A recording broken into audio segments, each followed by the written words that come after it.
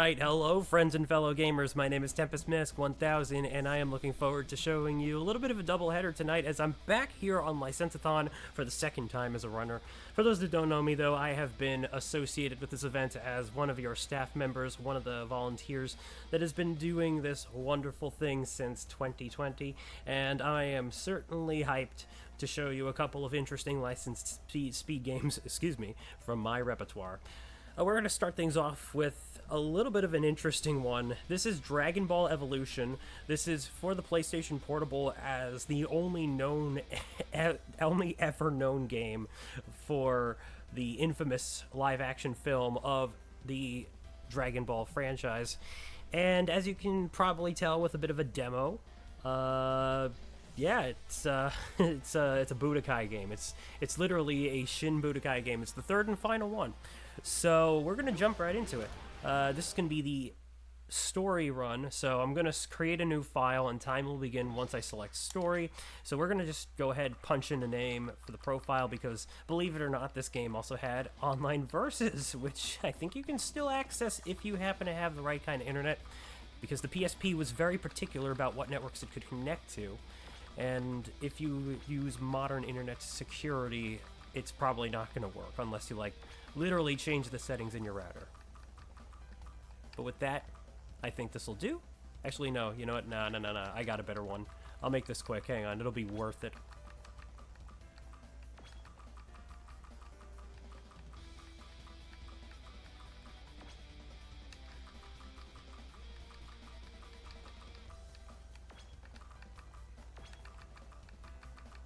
Just a little bit more.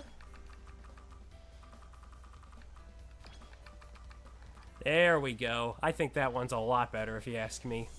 Alright then, let's go ahead, confirm this profile. I'll turn autosave off because obviously that'll just get in the way of things. Yeah, let's save it because why not? I just want to mention right now that this is being run on an emulator. This is a PPSSPP, but I do have this game on official hardware. So with that in mind, let us jump right to it. 3, 2, 1, go. Alright, so this is Dragon Ball Evolution. Like I said, this is a adaptation of the very game itself, or sorry, the very film itself. And this utilizes the Shin Budokai engine, which for those that don't know, Dragon Ball Z Shin Budokai and Shin Budokai Another Road were the preceding PSP Budokai games to have come out for this handheld. And they feature some pretty interesting stories in their own right. This is just more of a Dragon Ball based on another Dragon Ball universe, if you will. And believe it or not, I am playing as Justin Chatwin's Goku, voiced by Yuri Lowenthal. If you yeah, they did not really bring in the actual movie actors to reprise their roles. This is just voice actors filling in the blanks, and that's about it.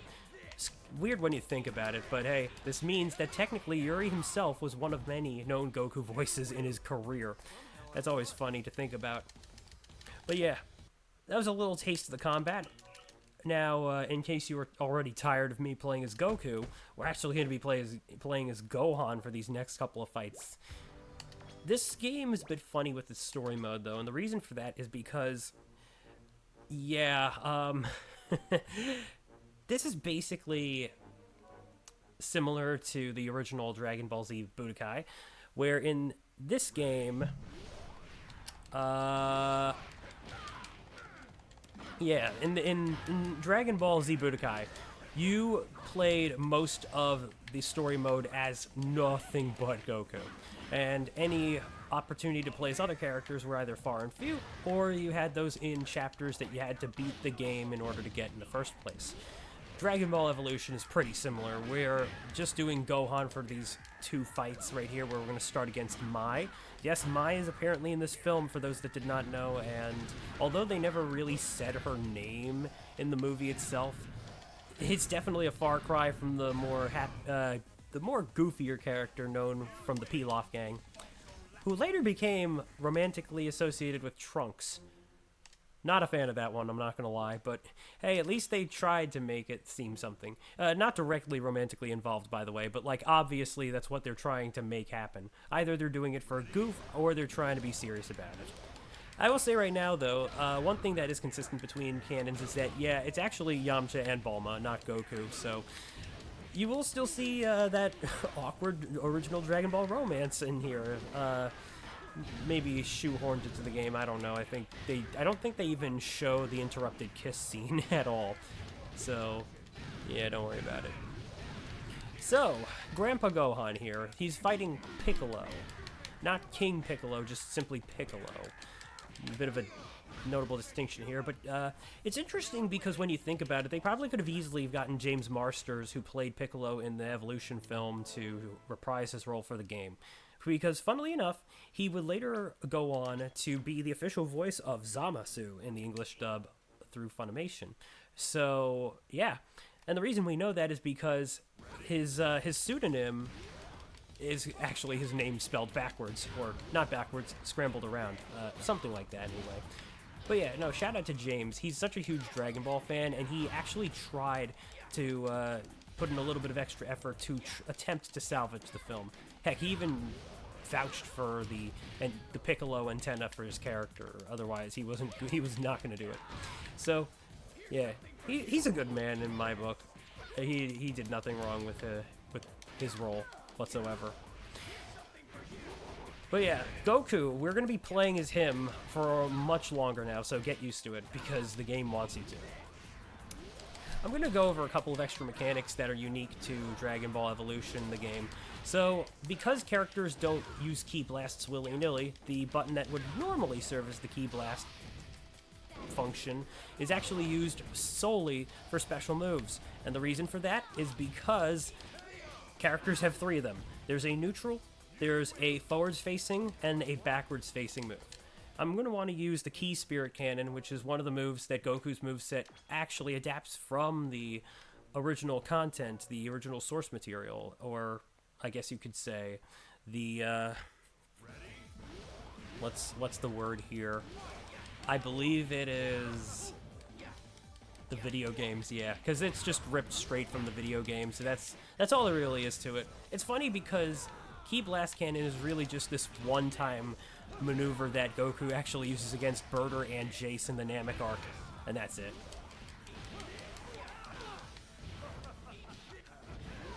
So now we're facing Master Roshi, who is much younger than Grandpa Gohan, and that's a perfect right there. Hey, I didn't think I'd get to show that off. Nice. As you can see, by the way, for each fight that I do, it's a different results screen, and each are going to give me a rank, stuff like that, you know, all that jazz. It's not necessary, and the money that you get from each fight you do is only really used to unlock some extra stuff that doesn't have any impact to the game. Although, you can buy some concept art, if I recall correctly, so that's kind of neat. I always like it when a game does that. So the Shin Budokai game had this nice little button maneuver where the right shoulder button could have your character not only charge their ki, but also, or not charge their ki rather, no, sorry, I stand corrected, but it puts them into a ki mode where you can use a few extra attacks to really turn up the competition, and it can also really close the gap between you and your foe in practically a heartbeat. Also, that was Chi-Chi. I actually do appreciate that the game made Chi-Chi a playable character, because not a lot of Dragon Ball games in existence officially make her a playable character. So any game that does do so does have my respect. Alright, here comes Yamcha himself. He's definitely not as much of a martial artist as he should be, and that's unfortunate to say because they kind of tried to make him a fighter with his moveset, but really the only notable thing that he has here that he does in the real film is he has his drill, which he uses to get people out of the holes that he digs for them to then effectively scam him. And there's one of the moves that uses it right now. I'm going to actually utilize the Ki Blast Cannon and then do a nice little thing called, oh, no, that's not good. Whenever a character gets hit while in danger mode, it stuns them. Like, it can stun them for a bit. But also if I try to use a move while in danger territory that involves expending my ki, then it's going to cause them to have a little tired out animation. Okay, I'm going to try something. We're going to go full burst. And how that works is it gives me full bars of ki, and it will remain that way until it fully drains out, which I'll then be at no ki. The only exception of it running out early is if I use an ultimate technique. But that's the fun thing about Goku in this run. He does not have his ultimate technique until soon, like very soon. And you can probably guess what that move is. Right now, though, we're going to go ahead and face the original film characters, the OCs who do not steal, the Fu-Loom. This is essentially the stand-in for piano and the mutant mimics that King Piccolo would create in the original source material. So, you know, piano, cymbal, tambourine, and drum, all them.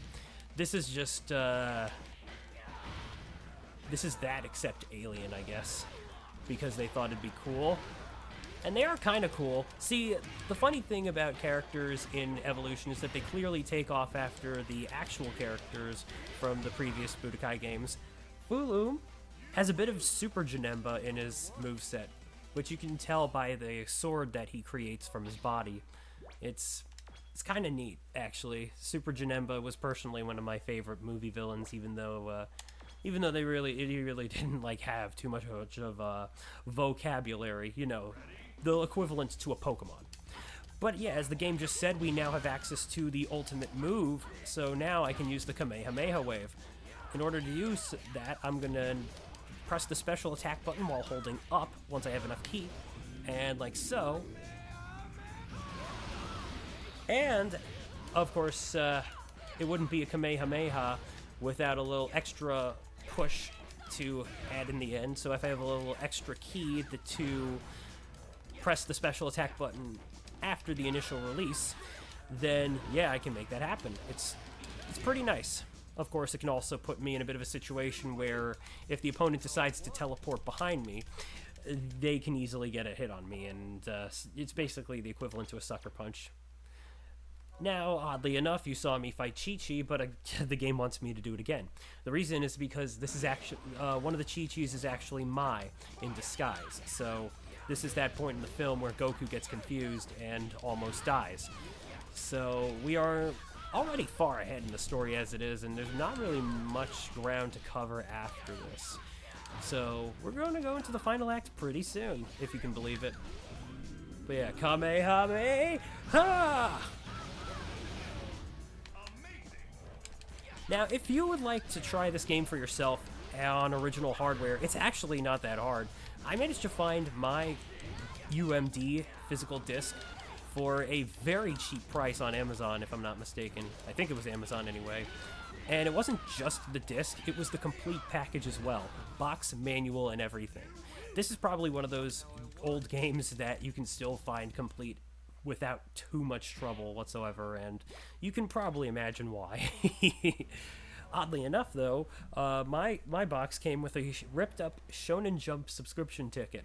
Whether or not they included that with every copy of the game, I do not know, but it was a very eye-opening experience, I'll tell you that much. Okay, so we got a few more fights ahead of us. We got one as Goku, and then we're going to switch characters for the final time. So now we got to fight Piccolo once again. Obviously, we've drawn ourselves into the point of the final showdown.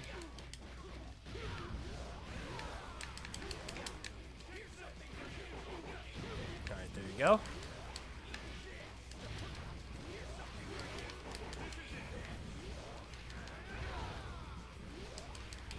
Alright, let's full burst. There we go. Nicely done.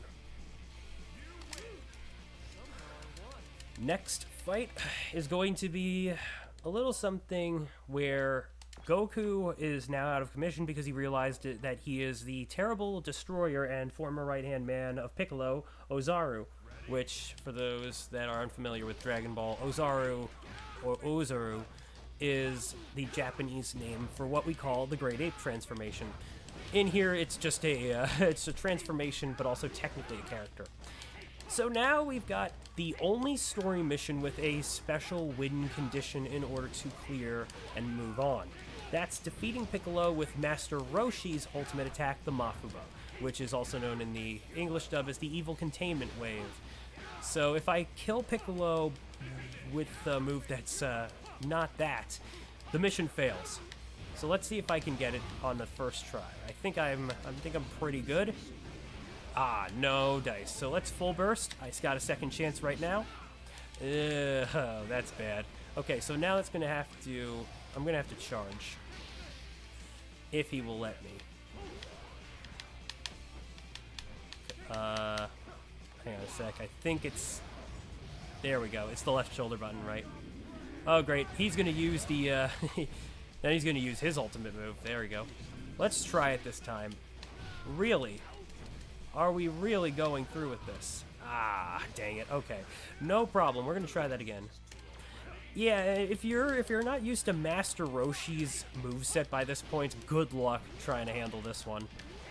The game just expects you to do it, and the weirdest part about the Shin Budokai games overall is that they never really had a versus mode that let you practice official matches with CPUs. You had to go into training mode in order to get anywhere near close to such a thing. I don't understand why. Arcade mode exists though, and we do have speedruns for that too. So, hey, at least if you want to get your kicks that way, then, yeah. We definitely have that as part of the leaderboard.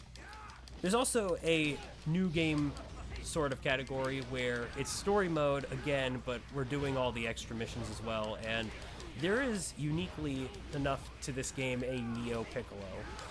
Almost as if they were trying to, like, give him the Bison treatment. But yeah, he's in full burst, so he's got a little bit of super armor, apparently. Okay, come on. I'm going to try Shadow Crane Strike. There we go. And there it is. That's more like it. Yo, that's a little bit of time loss, but no big deal. Also, this is a hot-looking run. What the jeez, man. I'm actually checking the time right now, and if the timer is pretty accurate, this could easily be a major PB for me. Like, seriously. Alright, we got 2 more battles from here. Although, I think it's 3, because for some reason, I think they make Goku fight Piccolo twice. We'll see for ourselves, but right now, Goku has to fight himself. Is this Persona? Will he face his fears, or will he burn his bread? Either way, we'll find out the answers once we defeat Ozaru here. And yeah, this technically means that Ozaru is playable in a Budokai game. You could also say the same for Bulma, which is funny because she was supposed to be playable in Budokai 3, judging by some behind-the-scenes audio of her voice actress of the time, Tiffany Ballmer, doing some battle grunts in the booth. But here, we got the Emmy Ross and Bulma, so I guess it's worth something. Alright, final battles. We got Piccolo. And I'm pretty sure you have to fight him twice. If not, then time will be once his HP runs out, but let's not bank on that just yet. It's easy for me to forget this one, so... Of course, it wouldn't be a final battle without a difficulty spike, and Piccolo's AI is particularly aggressive here. So I'm going to give myself a little bit of serious time as he's about to use his I-beam.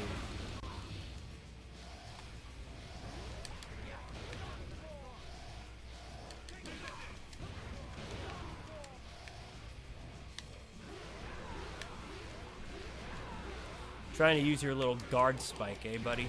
Not gonna work.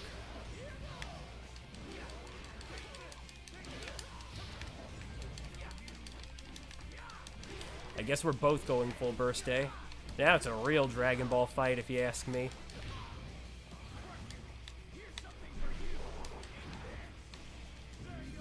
Alright, I think I'm gonna... Oh, no, saved by the bell. I thought I was gonna lose.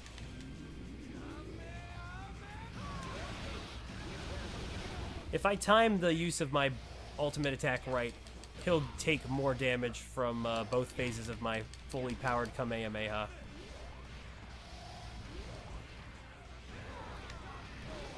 Oh, jeez, I survived with a little bit of health, but that can easily go bye-bye with one wrong move.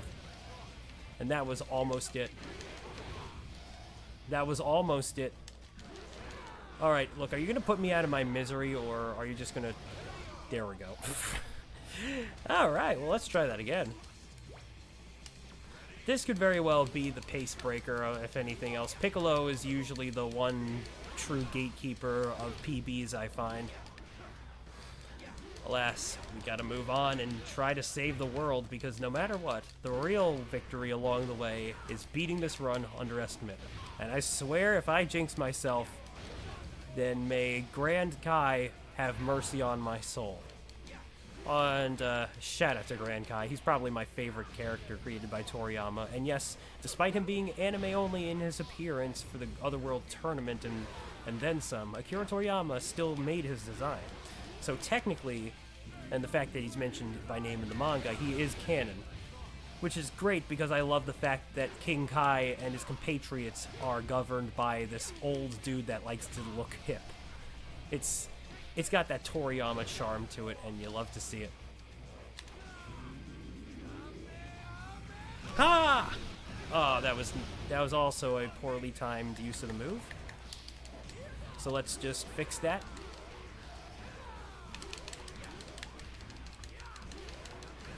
Oh man, he's trying to hang on. There we go.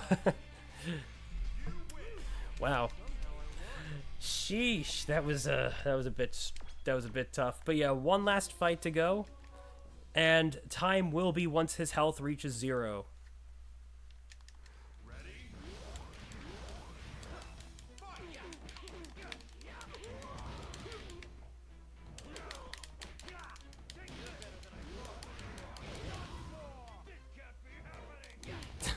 Oh, it most certainly can be happening, buddy. This is reality, and I'm not gonna sugarcoat it.